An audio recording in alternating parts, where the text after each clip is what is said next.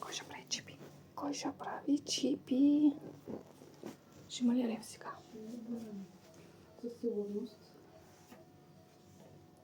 А то до махане на там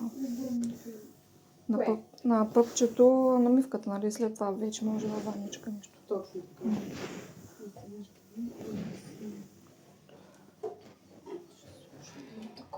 Така. Както току-що се спомена, докато пъпчето падне или даже докато можете да я държите на една ръка, е хубаво да се къпе на чешмата. Доста по-удобно е, тъй като нямат такава нужда от асистенция, в които е доста по-трудно, защото те нито могат седнали да стоят, нито нищо. Затова, дори да ви е малка мивката в банята, аз имам приятели, които в кухнята никакъв проблем, почистват се хубаво мястото преди това и си я къпят. На колко дена трябва да се къпи?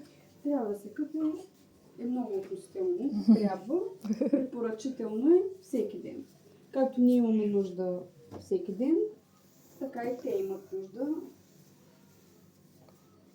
от баня, както и всичко, което почистваме ние, имат нужда да почистват те.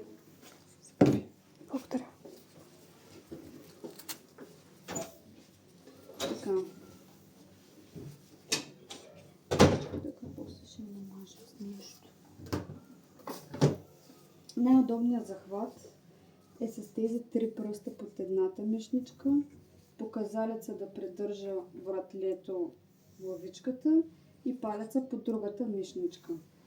И така се придържа целият гърден кош. Нито я задушавате, нито я боли, нито нищо. С другата ръка може да се придържате седалището. Така имате много хубава и стабилна опора. Така. Пускаме водата, смело, не се притеснявате толкова за температурата. Водата трябва да бъде приятна на вас. Около 37-38 са градусите, с които е нормално да си искате едно блесте, или това е горе-долу водата, с която къпем самите ние. Проверявате се с ръката и представяте дали самите вас би ви било приятно, като изкъпете с такава вода.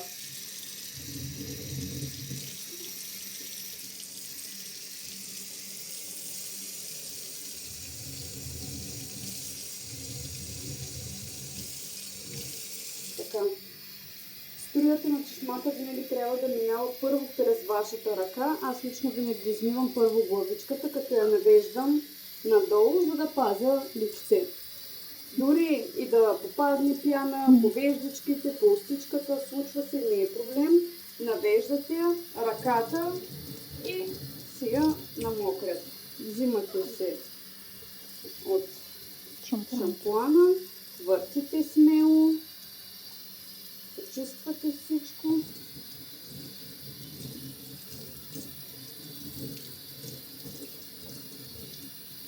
След това може да минете така лекичко.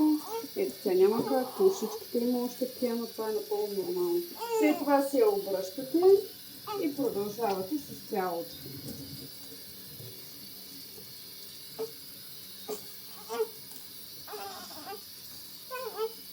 Плачат, това да не ви притеснява.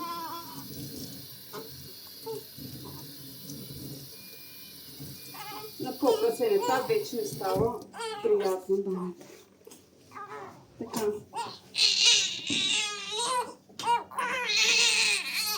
С леки покривателни движения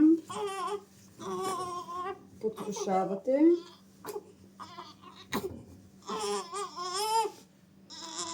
Спиш как?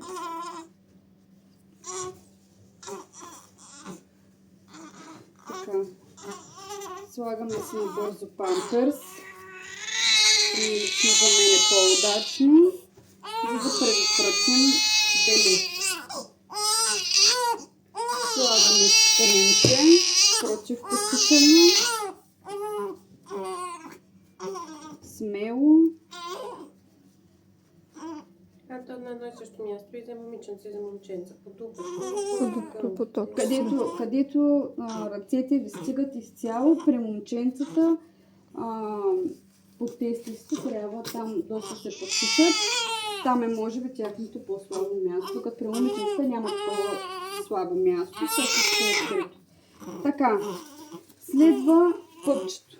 Пъпчето се обработва с стерилни марлички, тампончета, памучета, няма никакво значение. Докато е с тази синята щипта, бялата, синята и всички различни цветове, пъпчето се почиства с 95 градусов спирт. След като тя падне, се почиства с по-ниския процент спирт, а именно 70. Те са два вида. Без да се притеснявате, тази зона за тях тук не е чувствителна. Не ги боли. Затова смело от всякъде се въртите и се почиствате. Пъпчето се почиства 2 пъти на ден. Сутрин и вечер. Колкото повече и по-старателно се почиства от самите секрети, то идеята е самото пъпче да се изсуши. Ще може да видим. Да се изсуши, за да може по-бързо да падне. Ако то стои мокро, влажно, секретира, толкова повече ще се удължи процеса на падане. Някаква пудричка или нещо за мазане, друго освен това. Спирт е напълно достатъчен, ако няма някакви усложнения. В случая няма. Усложненията са вече много да се забави самото падане. Пъпчето пада от 1 до 3-4 седмици след раждането. Ако вече много се проточи, ако виждате, нали, че пъпчето не изсъхва, секретира и така нататък, вече може да се вземете в аптеката. Има всякакви подсушаващи, препарати и пудри. Или да се обадите в отделението, ние ще ви съветваме за нещо по-конкретно. Обработката на кожата, вие си преценявате дали да бъде лосьон или олио.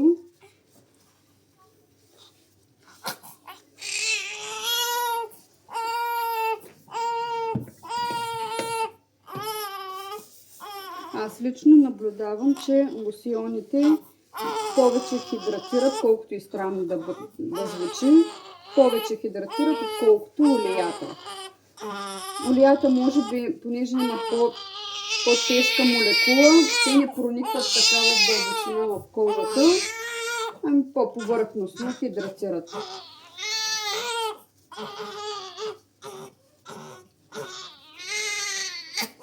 Така.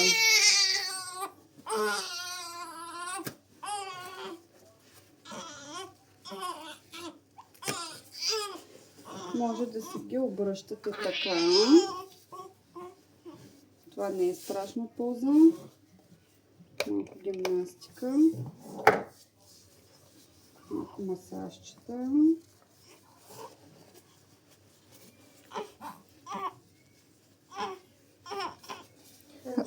На кръчетата, където е памперс, се слагаме ли където?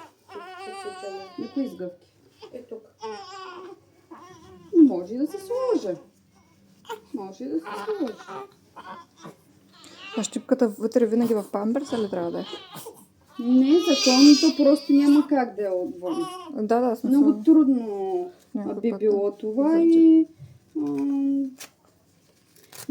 не е нещо, което да бъде, нали, задължително. Така или иначе, те по-скоро лепенките притискат над самата лампичка, отколкото самата линия. Така.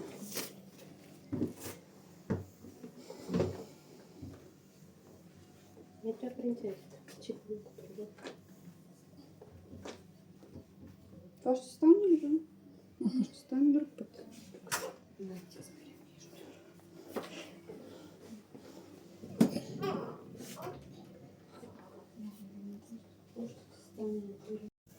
Почистването на пъпчето, понеже аз не ходих много добре от тук, разбрах, че трябва около него хубаво и там, където се вижда едно черничко също, нали? Също се минава. Да, сега в случая нейното пъпче не беше хубав пример, тъй като е хубаво, така не секретира, но там, където видите секретчета, всичко се почиства. С тампониращи движения, предполагам. Така, не. В случая, ако има попаднали секрети върху самата коричка, дори може да са и по-кръвенисти, много трудно ще ги изчистите с попивателни движения. Те засъхват, смело си търкате кожата, дори само с спирт. Идеята е на това място да се почисти хубаво. Добре. Няма да се притеснявате. Пак казвам, когато те много реагират на пъпчето, но те реагират на всичко. На здраве. По-скоро реагират заради студенината на спирта, не толкова, че усещат нещо като болка. Не усещат болка. Антибиотираме ли с каквото ви Не. Така или иначе това нещо е в продължение, не в някакъв дълъг период от време. То пъпчето ще падне. Там само почистваме без хидратация. То трябва да изсъхне, да. Ами да, Да попитам, ако може да не прекъсвам темата, като сме си вкъщи за течащата вода, нали трябва да му мием докато на течаща вода основно. Сега е с мокри кърпи, но по принцип като имаме вода на водата. по принцип това е решение всеки индивидуално. Разбирам, че в началото нали, ще искате всичко да се върши по учебник. Разбираемо, но това много би ви измъчило, ако е само на чешма. Защото нали, те сега са много мънички, изхожданията им са малко процес, нали, ни трябва нали, малко по-стратегически по-напред да мислите. Те няма да са си така мънички. Така че в един момент смятам, че така или иначе ще почнете на кърпички.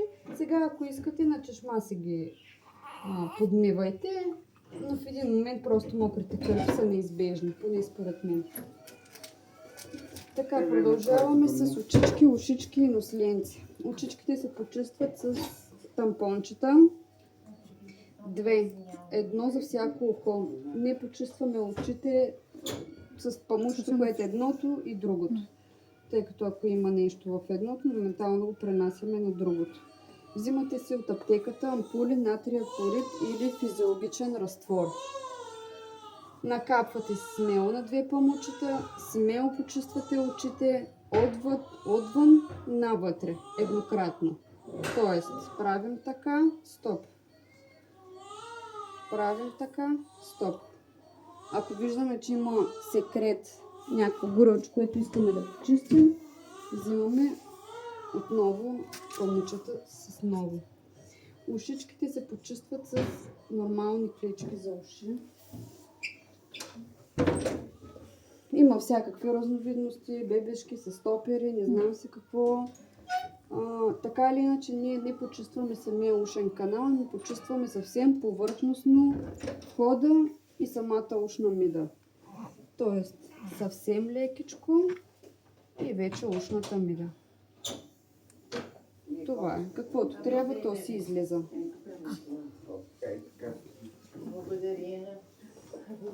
По същия начин и другото. Така. И вече ушната мида. Това е. Без разтвора, без нищо, само Не. излишка. Не. Добре. Само така. Но след нещо. Но след С марлички. Или памучета са препоръчителни за очичките. да, както казах, да, може марлички, памучета, тампончета, каквото ви е удобно. Може. Нещо, което ви е Може удобно. да покажете къде е ушичките, входът Това е много маничко. Да, входа и мидичката. мидата. Съвсем леко ние си бъркаме в ушите, което много хора смятат, че дори е грешка. Нали? Съвсем лекичко повърхностно, колкото да се поизчисти самото уше. Но след това имате два варианта. Първият вариант е с клечка за уши отново. Смело хващате главата. Съвсем леко в самото начало и започвате да въртите. Този метод сте го виждали, предполагам, на по-големи деца. И те самите суполчета, както виждате, те се навиват. Видяхте ли как се нави? Или не успяхте? Съвсем леко и започвате да въртите. Много махат с ръце, затова И вие трябва да прилагате някаква ваша сила. Така, тук няма. Ако този метод е безуспешен и виждате все пак, че носленцето не е чисто с физиологичния разтвор, си накапвате смело в едната и в другата ноздра. Това е. Една капчица. М? По една капчица. По една капчица. По една, по две. Няма да сбъркате. Готова си? А после, в смисъл, като е накапано, пак ли дърпаме с клечката? Вие или той сам си излиза? Не, той само